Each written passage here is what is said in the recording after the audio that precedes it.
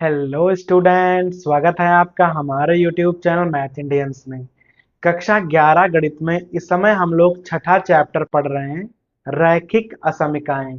और भाई आज की इस वीडियो में आपको हम पढ़ाने वाले हैं एक्सरसाइज 6.3। भाई जो ये एक्सरसाइज है, यहाँ पर होता क्या है कि आपको असमीकाएं दी हुई होती हैं और भाई उनका ना आलेखी हल आपको ज्ञात करना होता है। तो अभी आपको हम बताने वाले हैं प्रश्न नंबर 5। भाई देख लो, आपके पास यहाँ दो असमीकाएं दी हुई हैं और आपसे कहेगा कि भाई इन दोनों असमीकाओं का जो आलेखीय हल है वो भाई आपको ज्ञात करना है। तो भाई असमीका का आलेखीय हल कैसे ज्ञात करते हैं, भाई देख लीजिए। अगर कोई असमीका है तो सबसे पहले उसे आप ना समीकरण के रूप में लिख लो। जैसे देख लो, ये हमारे पास असमीका है, इसे सबसे पहले आप समीकरण जैसा लिख लो। सेम हम यहां पर भी करेंगे। x माइनस 2y बराबर में है माइनस का 1। अब भाई हम लोग देखो, असमीका को पहले समीकरण क्यों बनाते हैं, ताकि भाई हमें बिंदु मालूम हो पाए कि ये भाई जो रेखा होगी वो जाएगी कहां से। तो अगर आपको बिंदु ज्ञात करने हैं तो आपको भाई उन्हें समीकरण तो बनाना ही पड़ेगा। उसके बाद बनाएंगे हम टेबल। भाई दो समीकरण हैं तो आप दोनों के लिए टेबल बनाओगे। X Y x Y, x Y और एक्स वाई। यहां से ना हम बिंदु ज्ञात करेंगे। देखना आप पहले, अगर हम x का मान यहां 0 कर दें, इस असमीका में अगर हम x का मान 0 कर दें तो यहां क्या बचेगा, माइनस वाई बराबर 1, अर्थात y का मान हो जाएगा -1। दूसरी बात, अगर y का मान 0 करोगे तो 2x बराबर 1 आ जाएगा और x का मान आएगा 1/2। तो भाई हमें क्या है, यहाँ पर ना पूरी पूरी संख्याओं की वैल्यू लेनी है। तो उससे क्या होगा ना, जब आप ग्राफ बनाओगे तो काफी अच्छा ग्राफ बनेगा। ठीक है, तो अभी हम क्या करेंगे, जीरो यहाँ पर नहीं लेने वाले। आप चाहो तो जीरो ले सकते हो, तब भी ग्राफ बन जाएगा, कोई दिक्कत नहीं है। लेकिन फिलहाल हम यहाँ जीरो नहीं लेंगे। तो हम यहाँ y का मान 1 लेंगे। अब बहुत ध्यान देना, माइनस वाई है, उधर जाएगी तो प्लस की वाई हो जाएगी। मान हमने 1 लिया है, 1 प्लस 1 क्या हो जाएगा, 2। 2x बराबर 2, तो x का मान आ जाएगा 1। तो ऐसे आप हिसाब लगाओगे और कम से कम दो बिंदु ज्ञात करोगे। अब भाई यहां पर देखो, दोनों बिंदु क्या हो गए हैं, पहला है 0, -1 और भाई दूसरा है 1, 1। अब ये दो बिंदु ऐसे हैं जिनसे ये वाली रेखा ना गुजरती हुई जाएगी। सेम आपको बिंदु यहां पर ज्ञात करने हैं। देखो, लगभग समीकरण तो वैसा ही है, ध्यान दीजिएगा। पहले आप y का मान 0 करोगे ना तो x का मान आ जाएगा -1। अब अगर आप x का मान 0 कर दोगे तो y का मान यहां पर भी 1/2 हो जाएगा। अब 1/2 वाली संख्या तो हमें लेनी नहीं है, तो हम क्या करेंगे, हम यहाँ x का मान ना 1 रख देंगे। 1 रखोगे तो उधर जाएगा ना तो माइनस का 1 हो जाएगा, -1 -1 माइनस के 2 हो जाएंगे और y का मान आपको 1 मिल जाएगा। ठीक है भाई, तो देख लो, यहाँ हो जाएंगे पॉइंट -1, 0 और 1, 1। देखो, एक जो है वो कॉमन पॉइंट आपको मिल गया है। तो सबसे पहले आप असमीकाओं को पढ़ोगे, फिर आप उनके ना समीकरण रूप लिख लोगे और उनकी सहायता से कम ऐसे दो पॉइंट ज्ञात करोगे जिनसे वो रेखा गुजरती हुई जाएगी। फिर आप उसकी सहायता से क्या करने वाले हो, उसकी सहायता से आप ग्राफ बनाओगे। बहुत ध्यान दीजिएगा, ये x हो गया, ये हमारा हो गया y। देखो, माइनस में भी एक है, लेकिन भाई यहां पर देखो, यहां पर जो माइनस में एक है वो x पर है, तो थोड़ा x यहां बना लो। और जो यहां पर -1 है वो y में है, तो हमने थोड़ा यहां पर बना लिया है। अब देखना, 1, 2, यहां कर लो 1, 2, इस प्रकार से यहां पर भी मैं कर लो 1, 2 और यहाँ 1, 2। अब भाई आप रेखाओं को बनाइए। पहले 0, -1, 0, -1 ये वाला आपका पॉइंट होगा। फिर है 1, 1, ये एक x है, ये एक y है। आप चाहो तो भाई यहाँ गिनतियां डाल लेना। ठीक है, जैसे ये है 0, -1 यहाँ डाल लिया हमने। 1 कामा 1 है तो लगभग भाई यहाँ पर होना चाहिए, तो यहाँ लिख देना ये 1 कामा 1 है। अब जो ये वाली रेखा है ना, इन दोनों पॉइंट से ना गुजरती हुई जाएगी, तो हम क्या करेंगे, इन दोनों पॉइंट से ना एक रेखा खींच देंगे, एकदम आपको ना पटरी की सहायता से सीधी रेखा खींचनी है। अब ये रेखा है कौन सी, ये है 2x माइनस वाई बराबर 1। रेखा आपको मालूम हो गई। अब भाई आपको ना ये वाली रेखा खींचनी है, -1, तो देखो -1, ये है, तो -1, आप लिख दो। फिर है 1, तो 1, तो यही है, तो इन दोनों बिंदुओं से भी एक रेखा जाएगी। तो देखना भाई, इन दोनों बिंदुओं से आप एक रेखा खींच दो इस प्रकार से। देखो थोड़ा भाई टेढ़ी हो रही है, आप पटरी की सहायता से खींचोगे तो भाई एकदम परफेक्ट खींचेगी। ठीक है, तो जो ये वाली रेखा है ये -1, और 1, से होकर जा रही है, तो भाई रेखा पर उसका समीकरण भी लिख दो। ये है हमारे पास x-2y बराबर -1। तो आपने बिंदुओं की सहायता से ग्राफ बना दिए हैं। आपको ना यहाँ पर दो बातों का ध्यान रखना है। अगर यहाँ पर इक्वल टू के निशान बने होते तो रेखाओं को हम बोल्ड बनाते, जैसा हमने बनाया है। लेकिन चूंकि यहाँ पर इक्वल टू के निशान नहीं लगे हुए हैं, केवल ग्रेटर देन और स्मॉलर देन ही लगे हुए हैं, तो भाई नियम तो ये है कि रेखाओं को ना आप डॉट डॉट खींचो। तो भाई इनको आप डॉट डॉट कर लो। ठीक है, इस प्रकार से इन्हें हम डॉट डॉट ही खींचेंगे। ये कब करते हैं हम, जब भाई इक्वल टू का निशान नहीं लगा होता है, केवल ग्रेटर देन और स्मॉलर देन का निशान लगा होता है, तो उन्हें हम डॉट डॉट करके खींचते हैं। अब आप देख लो, फिर आपको ये देखना है कि ये जो असमिका है और ये जो असमिका है, इनका हल क्षेत्र कहाँ पर पड़ेगा, अर्थात जो इनका सॉल्यूशन है वो किधर की ओर होगा, ये देखने वाली बात होती है। तो पहले आप ये वाली असमिका यहाँ लिख लो, 2x माइनस वाई। देखो अगर कोई असमिका मूल बिंदु से होकर नहीं जा रही है, तो देखो यहाँ पर दोनों ही मूल बिंदु से होकर नहीं जा रही है। भाई मूल बिंदु हमारा ये है, तो अगर मूल बिंदु से होकर नहीं जा रही है तो भाई चेक करने का एक ही तरीका है, आप इसे ना मूल बिंदु से संतुष्ट करा दीजिए। तो भाई लिखेंगे इसे 0, 0 से संतुष्ट कराने पर, इस प्रकार से आप लिख दीजिए। अब देख लो कि क्या ये असमिका 0, 0 से संतुष्ट हो रही है या नहीं हो रही है। x और y दोनों के मान 0 करोगे तो कुछ इस प्रकार से आ जाएगा। अब भाई बताओ ये चीज सही लिखी है या नहीं लिखी है। क्या 0 1 से बड़ा हो सकता है, नहीं हो सकता है। तो आप यहां लिख दोगे साफ साफ भाषा में कि निम्न असमिका मूल बिंदु से संतुष्ट नहीं हो रही है। अगर ये असमिका मूल बिंदु से संतुष्ट नहीं हो रही है तो इसका जो हल है वो मूल बिंदु की तरफ नहीं होगा। अब भाई देखो ये रेखा हमने कहां पर बनाई है, देखो ये वाली रेखा है, ये वाली है, तो जो इसका सॉल्यूशन होगा वो मूल बिंदु की तरफ ना होकर उसके उल्टी दिशा में होगा। तो रेखा हमारी ये है और मूल बिंदु हमारा ये है, तो जो इसका हल क्षेत्र होगा वो कुछ इधर की ओर होगा, मूल बिंदु की तरफ नहीं होगा। तो इसका सॉल्यूशन आप कुछ इस प्रकार से खींचोगे, बहुत ध्यान देना है आपको, इस प्रकार से खींचोगे। फिर आप ये वाली असमिका लिखोगे, भाई लिख लो, यहां हो जाएगा x-2y छोटा है -1 से। क्लियर है।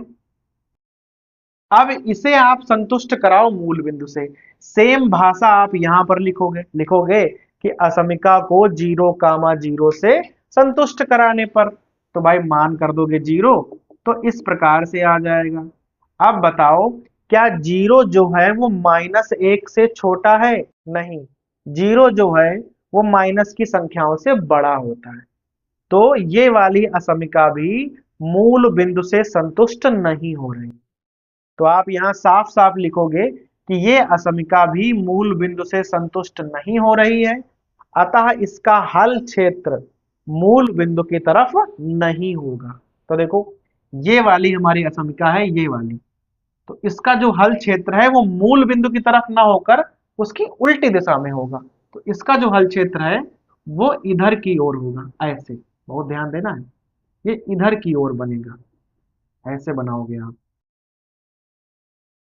तो भाई जो ये सॉल्यूशन है ना, ये आपको बहुत ध्यान देना है और चेक करना है कि वो मूल बिंदु की तरफ है या नहीं है।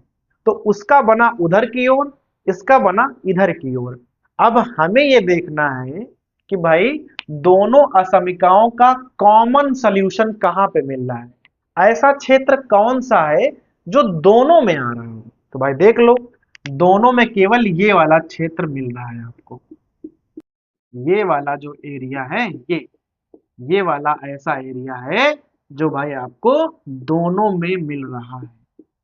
तो आप इसे इस प्रकार से रंग दोगे भाई, नाम डाल दोगे। देखो रेखाओं के नाम डाल लो। ये रेखा हमारे पास ए बी है, और मान लो भाई ये वाली हमारे पास सी डी है। इसे आप डाल लो पी बिंदु है मान लो। तो आप लिख दोगे साफ साफ कि दोनों असमिकाओं का जो हमारे पास कॉमन एरिया है, उभयनिष्ठ हल क्षेत्र है, वो कौन सा है, बी पी सी है। भाई यही तो एरिया है जो दोनों में मिल रहा है। तो आप उसे डाल दोगे कि भाई जो उभयनिष्ठ हल क्षेत्र है वो बी पी सी होगा, बस। तो इस प्रश्नावली में हर सवाल में आपको यही करना है। यहाँ पर दो समीकरणें थी, आगे आप सवालों में बढ़ोगे ना तो दो होंगी, तीन होंगी, चार चार असमीकाएं तक होंगी। सबको आपको बनाना है इस प्रकार से समीकरण में, बिंदु ज्ञात करने हैं, ग्राफ बना लेना है, उसके बाद असमिका को लिखना है और भाई देखना है कि वह मूल बिंदु से संतुष्ट हो रही है या नहीं हो रही। अगर हो रही हो तो उसका हल मूल बिंदु की तरफ होगा, नहीं हो रही है तो मूल बिंदु से उल्टी दिशा में होगा। फिर जो आपको कॉमन एरिया मिले उसे आप इस प्रकार से रंग दीजिए और भाई लिख दीजिए कि वही हमारा हल क्षेत्र होगा। समझो भाई, सवाल हो गया। तो भाई ये हो गया हमारा प्रश्न नंबर 5। अब भाई आ जाओ प्रश्न नंबर 6 पर। देखो यहां पर भी हमारे पास दो असमिकाएं हैं, बस भाई अंतर इतना है कि यहाँ पर इक्वल टू के निशान भी लगे हुए हैं। तो अंतर बस इतना होता है कि जब आप ग्राफ खींचते हो ना तो इक्वलिटी वाली जो रेखाएं होती हैं वो भाई बोल्ड में खींची जाती हैं, और जो बिना इक्वल टू के होती हैं वो डॉट डॉट खींची जाती हैं। बस इतना ही अंतर होता है। अब भाई पहले क्या करोगे, पहले आप इन्हें समीकरण के रूप में लिख लोगे। तो भाई इसका समीकरण क्या बन जाएगा, x प्लस वाई बराबर 6, इसका बन जाएगा x प्लस वाई बराबर 4। फिर आप इन दोनों के ना पॉइंट्स कम से कम भाई दो दो बिंदु ज्ञात करोगे। तो भाई इस प्रकार से आप इनके लिए ना टेबल बना लोगे। यहाँ लिखोगे एक्स वाई, यहाँ पर भी एक्स वाई। देखो यहाँ पर चूंकि ना समीकरण बहुत सरल है तो आप मान बहुत आराम से ज्ञात कर सकते हो। x का मान 0 करोगे तो y का मान 6 आ जाएगा, y का मान 0 करोगे तो x का मान 6 आ जाएगा। सेम यहाँ पर इसका मान 0 तो इसका मान 4, इसका 0 तो इसका 4 हो जाएगा। तो अभी पॉइंट्स देख लो क्या बनेंगे। यहाँ बनेंगे 0 कामा 6 और 6 कामा 0। सेम यहाँ पर 4 कामा 0 और 0 कामा 4। अर्थात भाई जो ये वाली सरल रेखा है वो इन पॉइंट से गुजरती है, और जो ये वाली है वो इन वाले पॉइंट से गुजरती है। तो सबसे पहले आप भाई ग्राफ को बना लीजिए। देखो कोई भी माइनस का बिंदु नहीं है तो हम क्या करेंगे, हम माइनस वाली संख्याएं भाई नहीं लेंगे। x हो गया, ये y हो गया, ये है हमारा ओरिजिन 0 कामा 0।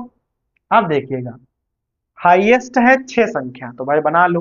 देखना 1 2 3 4 5 6, 1 2 3 4 5 6, इस प्रकार से। पहले आप 0 कामा 6 और 6 कामा 0 वाली संख्याएं मिलाओ।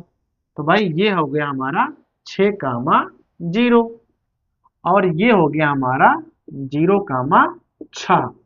तो भाई इन दोनों को मिलाकर ना आपको एक रेखा खींचनी है। तो भाई रेखा ना एकदम पटरी से खींचनी है आपको है, और ध्यान रखना है टेढ़ी नहीं होनी चाहिए, और एकदम उन्हीं पॉइंट्स को भाई निकलते हुए जाए। रेखा पर हमेशा लिख दो कि भाई उसका नाम क्या है, x प्लस वाई बराबर 6 है ये। दूसरी रेखा है हमारे पास 4, 0 और 0, 4। तो भाई ये है हमारा 4, 0 ये वाला पॉइंट, और ये वाला है हमारे पास 0, 4। तो भाई अब इनसे एक रेखा खींच दो। तो भाई जब आप रेखा खींचोगे ना तो आप समझ पाओगे कि भाई दोनों ही रेखाएं जो हैं वो समांतर रेखाएं हैं, एक दूसरे से ना एकदम समांतर जाएंगी। ठीक है भाई। तो रेखा तो आपने खींच दी। अब मेन चीज क्या है भाई, नाम भी डाल लिया करो चाहो तो। इसे कर दो आप ए बी, और इसे कर दो आप सी डी रेखाएं, और रेखाओं पर उसके नाम भी डाल दिया करो। अब आपको बस एक चीज देखनी है कि इसका हल क्षेत्र कहाँ होगा। तो अगर कोई रेखा मूल बिंदु से होकर नहीं जा रही है, तो भाई दोनों ही रेखाएं मूल बिंदु से नहीं जा रही हैं, तो पता करने का सबसे आसान तरीका है कि आप असमिका को दोबारा से लिखें और उसे मूल बिंदु से संतुष्ट करा दें बस।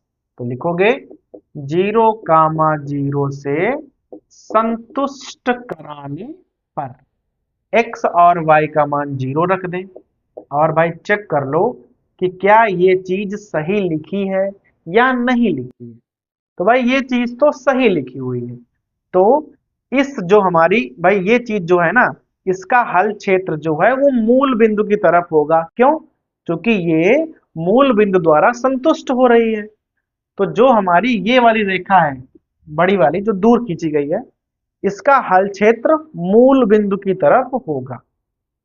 तो आप इसका हल क्षेत्र कुछ ऐसे बनाओगे, मूल बिंदु की तरफ होगा इसका हल क्षेत्र ऐसे, इस प्रकार से। ये जो एरिया है ना, इसका हल क्षेत्र है तो इधर तक आप पूरा खींच सकते हो, मूल बिंदु तक आएगा इसका हल क्षेत्र।